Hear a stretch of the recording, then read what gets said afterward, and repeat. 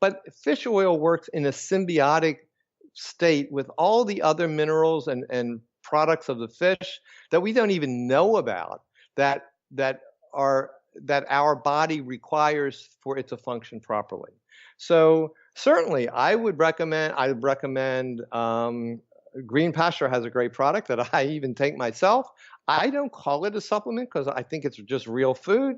It's basically fermented cod liver oil with butter that I know that I'm getting vitamin A and D and K2 and a variety of other things that are critical for the development of the jawbone, for the development of healthy blood vessels without calcium deposits. I think that these are foods that are critical. So we need to be eating organ meats. We need to be eating bone broth. We need to be eating sardines with the skin and bone in, not skinless and boneless. We need to eat chicken skin and not just white skinless breasts. We need to eat the thighs. We need to eat the skin. We need to eat the chicken wings. We need to get these organ systems in our body from animal products, not just the meat itself.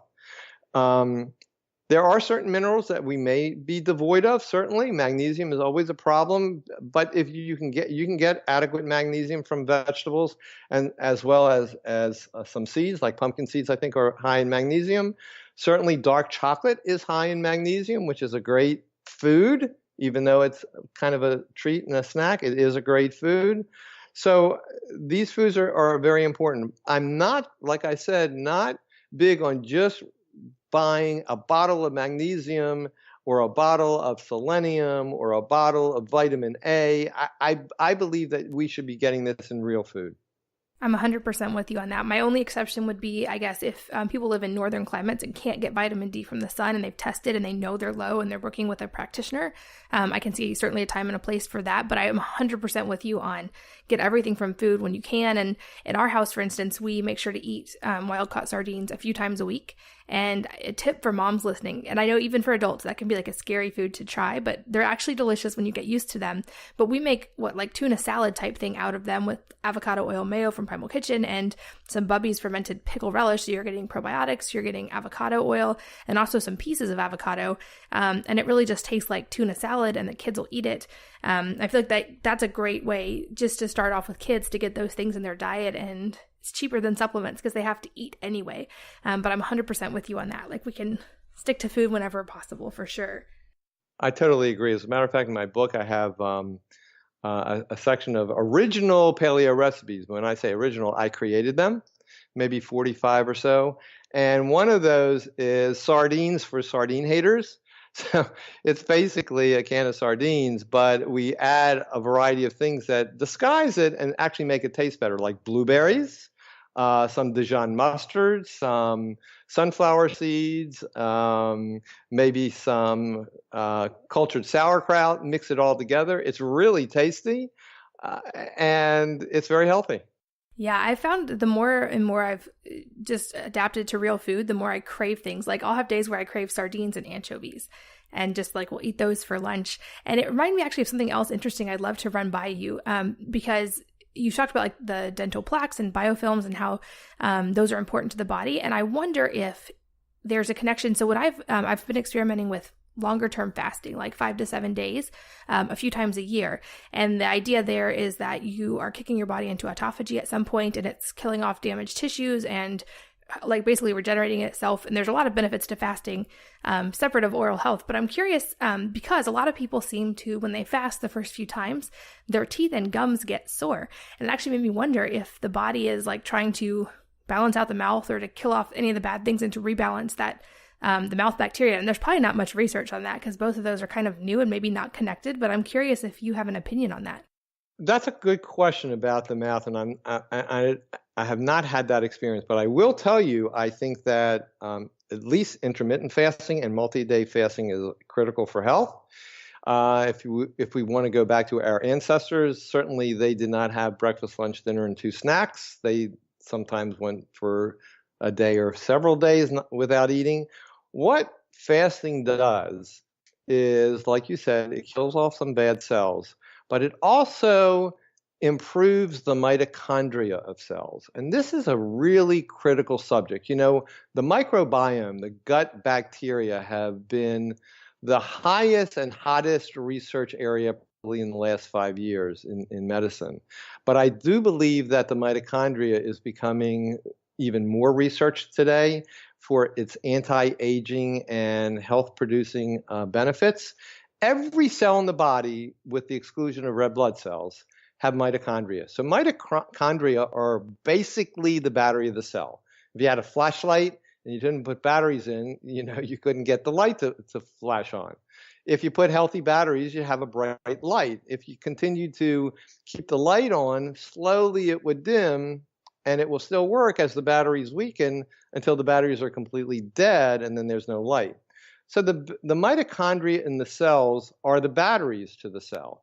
And some cells have maybe 100 mitochondria, and other cells, individual cells that produce a lot of work, like muscle cells, they may have up to 2,500 mitochondria for each muscle cell. So these mitochondria are critical for the life of the cell and function of the cell. And fasting basically improves the efficiency of the mitochondria. It kind of recharges the battery. And to do that actually means that you can help prevent or even cure chronic disease, because all chronic disease is a disease of mitochondrial dysfunction, meaning that the mitochondria are not properly functioning for that cell, so the cell cannot do what it's supposed to do for that organ. Gum disease is a disease of mitochondrial dysfunction. If you can fast for at least 24 hours occasionally, and maybe longer, like you suggested that you're doing occasionally, you can improve the health of your mitochondria and help to, I believe, prevent and maybe even cure other areas of chronic disease that you may not even know that's existing in your body, and take care of it. Wow, so glad I brought that up, and that it seems like a very logical thing now that you've explained it. And I can't believe we're getting somewhat close to the end of our interview. I could talk to you for literally 8 hours, but I want to make sure we end with some really practical stuff. So I'd love to know, when someone comes into you with gum disease or advanced tooth decay or these problems, like what are the first things that you tell them? How do you approach it?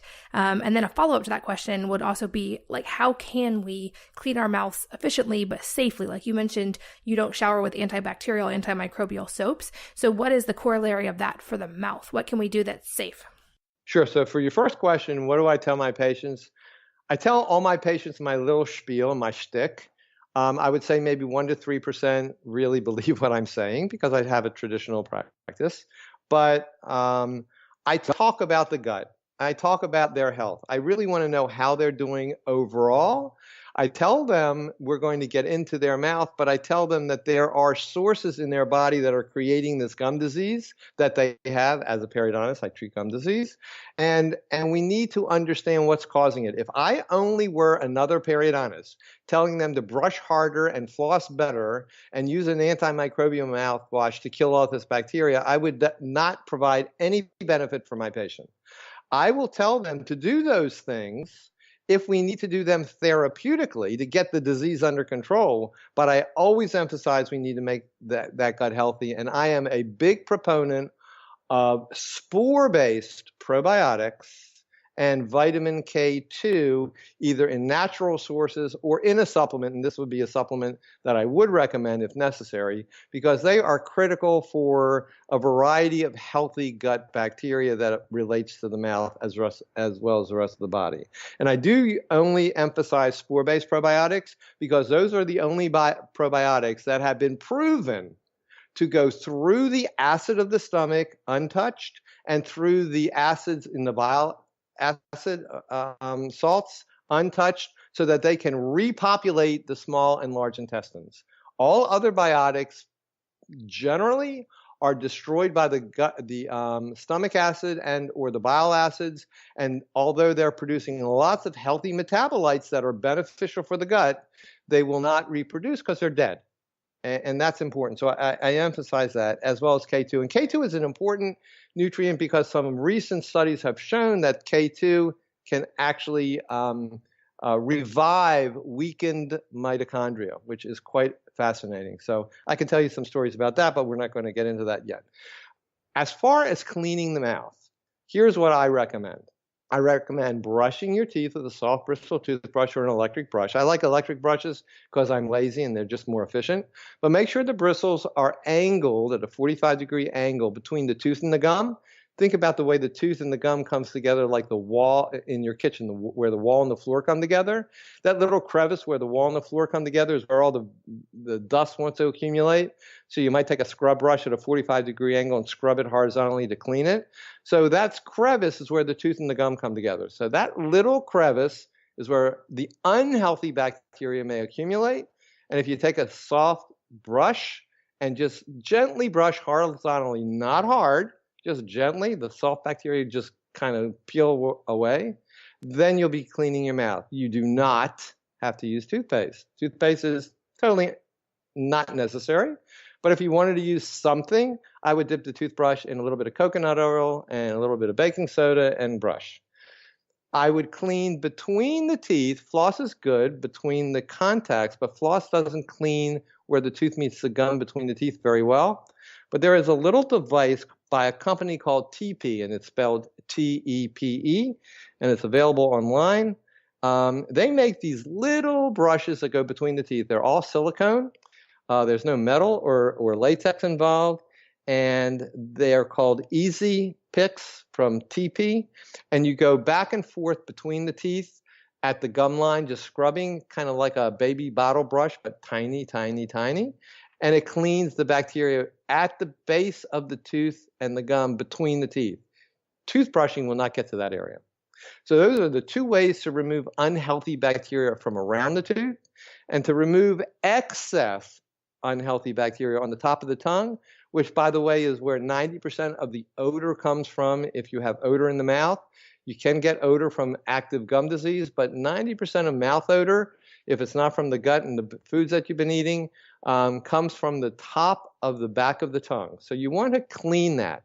And the easiest way to clean that is take a teaspoon, invert it, put it back on the top of your tongue towards your throat just before you want to gag, and then press down on the tongue and pull it forward and do it several times.